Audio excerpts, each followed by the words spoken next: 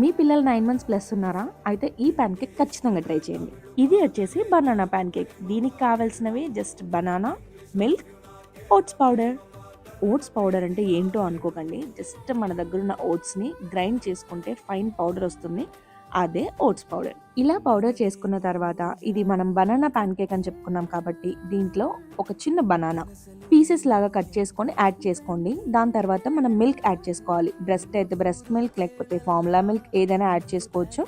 తర్వాత స్టవ్ మీద ఒక పాన్ పెట్టుకొని దాని మీద నెయ్యి కానీ బటర్ కానీ ఏదైనా మంచిగా ఇలా స్ప్రెడ్ చేయండి. తర్వాత ఇలా నేను వీడియోలో చూపిస్తున్నట్టుగా చిన్న చిన్న పాన్ కేక్స్ లాగా వేసేసుకోండి. నెయ్యిలో మంచిగా బాగా మంచి రోస్ట్ అయ్యేంత వరకు వెయిట్ చేయండి.